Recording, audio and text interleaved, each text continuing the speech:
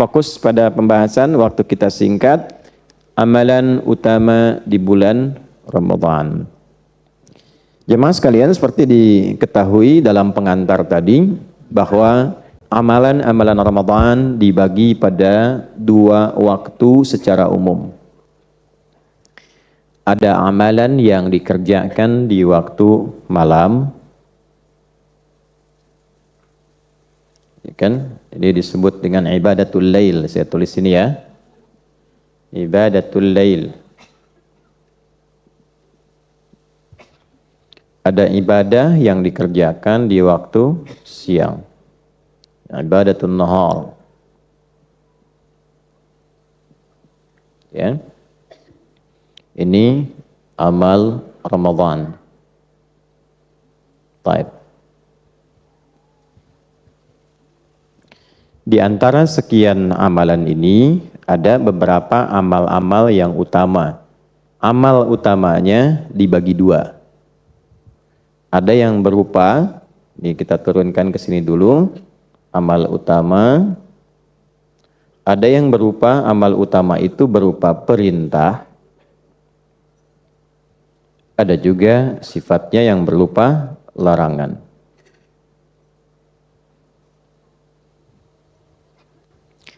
Yang dimaksud amal utama yaitu amal yang saat dikerjakan kita mendapatkan keutamaan pahala di atas rata-rata, di atas standar. Ya, misal begini. Kalau standarnya itu sholat ditunaikan, pahalanya berapa? Kalau tidak tahu, cepat katakan Allahu a'lam ya, biar cepat. Biar cepat ya. Biar cepat nih. Sholat misalnya. Ini ukurannya gini, kita pakai Al-Quran aja.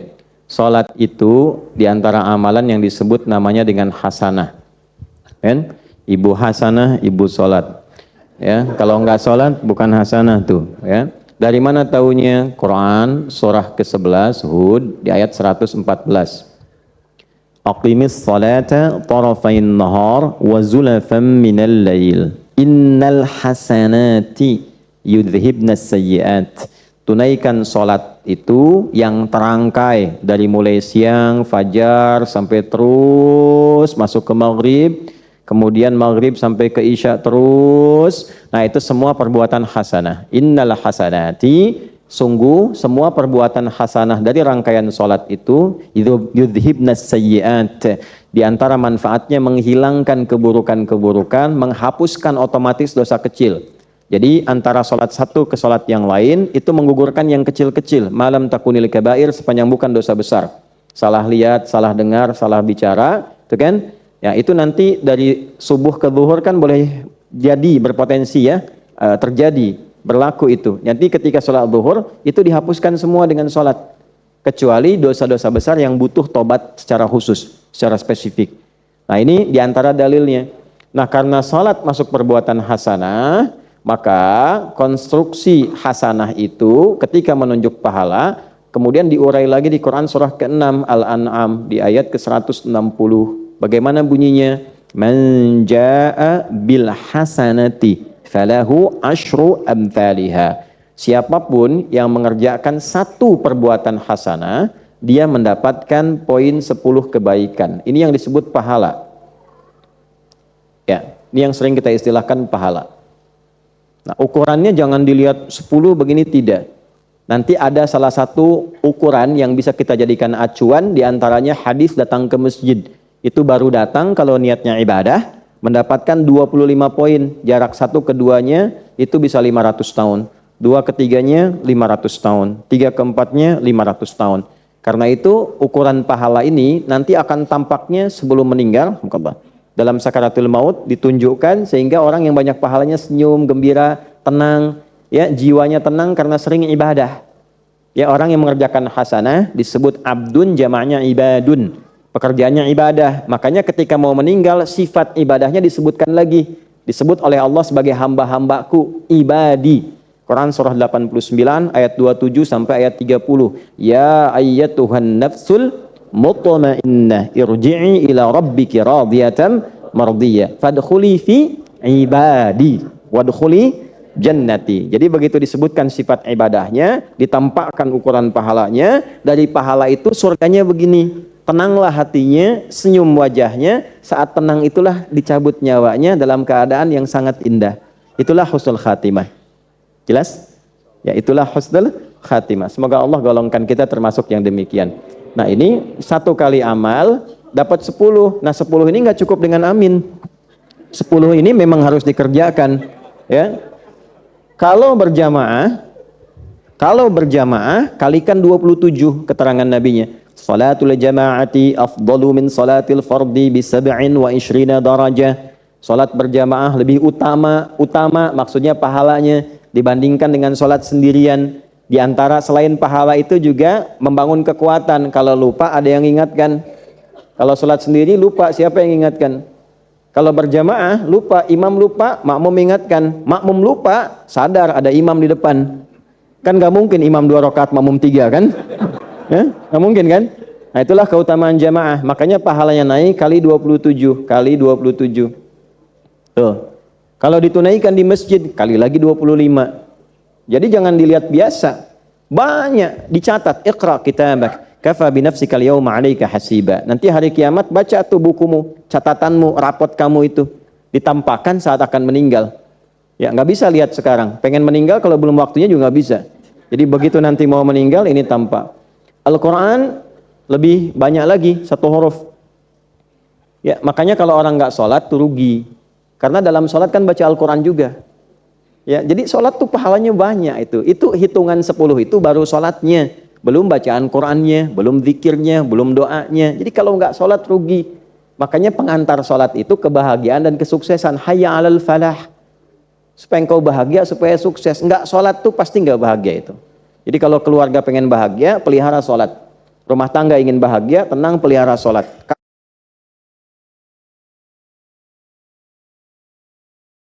Dulu dilatih ya. Nah kemudian Quran ini 1 hurufnya 10, 1 huruf loh. Di At-Tirmidzi hadisnya nomor hadis 2910. Man qara'a harfan min kitabillahi falahu 10 hasanat. Siapa yang baca 1 huruf dari Al-Quran, dia mendapatkan setiap hurufnya 10 kebaikan.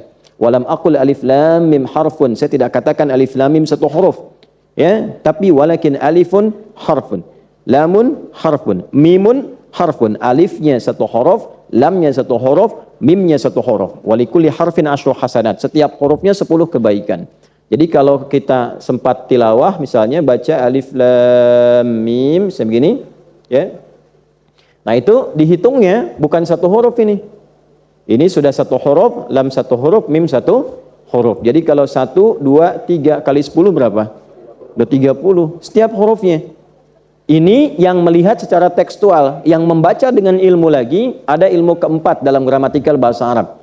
Jadi ada 4 turunan ilmu plus adab yang kelima. 1 itu nanti ada nahwu, 2 ada saraf. Ya, nahwu dengan saraf digabungkan nanti 1002 bait di alfiyah, ditambah dengan balaghah 3 cabang ilmu. Ma'ani, bayan, dan badi'. Yang keempat namanya arud. Arud ini nanti ada 16 turunan cabang ilmunya disebut dengan bahr namanya. Selain untuk menguasai perbedaan antara syair dengan Al-Quran, rasa feel kenikmatan Quran dengan irama-irama lain juga menunjukkan kepada kita cara membaca huruf. Di ilmu arud itu, apa yang disebutkan, maka hurufnya dihitung jumlahnya berdasarkan bunyi, bukan tulisan. Misalnya, ini huruf apa? Alif, maka ditulisnya begini. Tuh. Jadi nggak pakai O, ini begini tulisnya, ya. Kalau O nanti O alif, gitu kan? Alif ini kan sudah berapa huruf lagi? 3 kan? Nah jadi dari sini tuh bisa 3. Nah ini apa? Bukan, ini hamzah. Tuh ada kepalanya. Hamzah tuh berapa huruf? Gitu ya. Nah 1, 2, 3, 4. Maksudnya apa? Orang yang tidak pernah berhitung dengan amalannya, Allah berikan pahala tanpa hitungan. Tapi kalau Anda menghitung, diberikan sesuai hitungan. Masya Allah, Ramadan 1 hurufnya 10 nun. Dah 10 gitu ya. Nah ini dikasih hitungan. Nah ini. Nah sekarang gambarannya demikian. Ada yang di atas ini standar. Ini baru standar Bu, Pak. Ini standar. Di atas standar tak terhitung. Nah, orang yang bisa mengoptimalkan Ramadan dengan baik, itu ada amalan-amalan yang saat dilakukan, itu ukurannya tidak mengikuti standar. Ukurannya langsung Allah yang kasih, sekehendak Allah. Sekehendak Allah. Yang biasanya 10, tiba-tiba bisa 1.000.000, mungkin terjadi. Ya, itu hanya Ramadan. Dan hadisnya nanti kita temukan di topik yang topik yang kedua dalam bahasan Kitabus Shaum, di topik ke-30, ya, di subtopik nomor yang kedua, namanya Bab Fadlus Shaumi. Bab Fadlus Shaumi, halaman 281, hadis nomor 1894 dalam Sahih Al-Bukhari. Ya, Imam Al-Bukhari rahimahullahu taala mengatakan, haddatsana Abdullah bin Maslamah an Malikin an Abi Zinad an Al-A'raj an Abi Hurairah radhiyallahu taala anhu anna Rasulullah sallallahu alaihi wasallam qala as-siyamu junnatun fala yarfuth wala yajhal wa in imru'un qatalahu aw syatamahu falyaqul inni sha'imun marrataini والذي نفسي بيده لخلوف فم الصائم أطيب عند الله تعالى من ريح المسك يترك طعامه وشرابه وشهوته من أجلي الصيام لي وأنا أجزي به والحسنة بعشر أمثالها.